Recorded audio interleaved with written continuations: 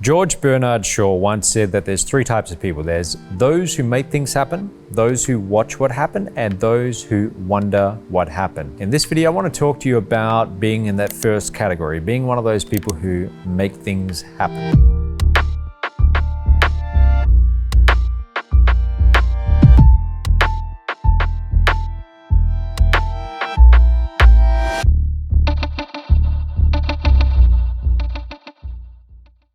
So here's what this is all about. How much of your behavior is proactive versus reactive? And I want to talk about this in the context of getting unstuck when you're in a stagnant period and you want to create momentum. You know, any time in my life where enormous leaps of progress were made, it was the result of intense periods of proactive behavior and very little passive reactive behavior. I might have been under an extreme deadline to get something done and I didn't have time to sit around scrolling through my phone, watching videos on Instagram or watching Netflix or chatting on the phone for hours about nothing. Or I may have experienced some big surge of results which was exciting and motivating and I got a taste of success and I wanted more. But there's also plenty of times where I struggled to accomplish anything. These phases flow in and out like waves, and the trick to building momentum is to make those bigger wave peaks last longer and occur more frequently. And when you're stuck in a trough, to immediately take some big proactive behavior to get a new wave going. So this past week, for example, I've been really lazy with my workouts.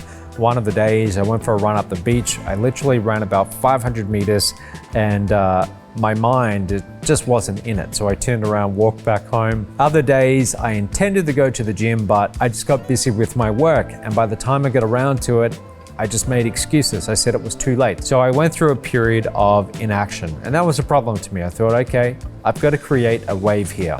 So today it was time to shock my system and get back into it. So I went to the gym, I did 8 intense rounds in the boxing bag, and for hours after, I felt really good about it. I felt re-energized, reinvigorated, not just in fitness, but in all the other parts of my life. And that's the benefit of taking that intense short-term action where you really throw yourself into that task or that goal that you want to get going, and you do it with intensity. And what it does is it begins to get your momentum back. And that's why it's so important for you to prioritize these proactive behaviors.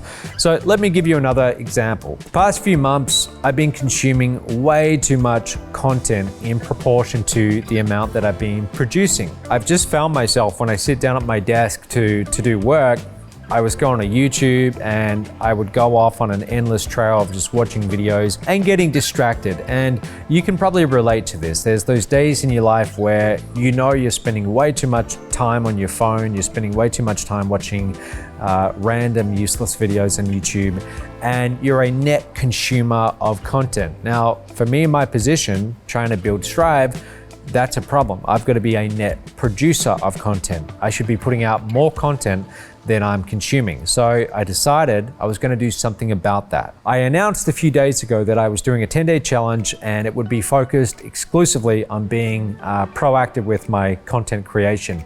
And I would have very little time left over to consume content. So here's what I did. I went on Facebook. This was 4 days ago from today. And I announced my goals with a $100 penalty. So anyone who called me out for not doing what I said I would do, I would PayPal $100. But here's what I said I would do. I would post 30 stories a day on Instagram, 30 different stories a day on Facebook, 3 wall posts per day on my Instagram, 3 posts in my Facebook group, 1 post on my Facebook wall, and also a live stream lasting at least 30 minutes a day on Facebook, Instagram, and YouTube.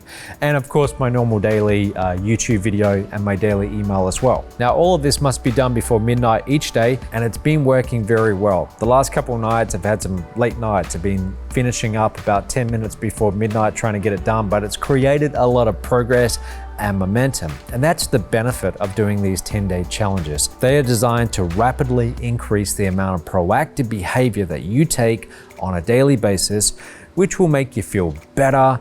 You build your confidence and belief in yourself that you can improve in any area of your life, and you begin to create some serious momentum. So you can get started in one of these 10-day challenges for yourself. You can do one at the same time as me. You can do one whenever's good for you, but the sooner, the better. And it doesn't matter what area it is. whatever is important to you. Decide on what that is and then go to www.changeyourlifein10days.com. Okay, and you can enroll, it's completely free, but you're gonna join my 10-day challenge, and here's how it works. When you enroll, you're gonna get sent login details, and then you log in, and every single day for those 10 days, there's a different video lesson. They're fairly short, they're to the point, but they're highly useful, and they are designed to help you implement these daily action steps in whatever area of your life is important to you. You get to the end of the challenge and you'll get your momentum back. Okay, so try it out, changeyourlifein10days.com. Hope you get some value out of this episode. Thanks for watching, and I'll see you tomorrow.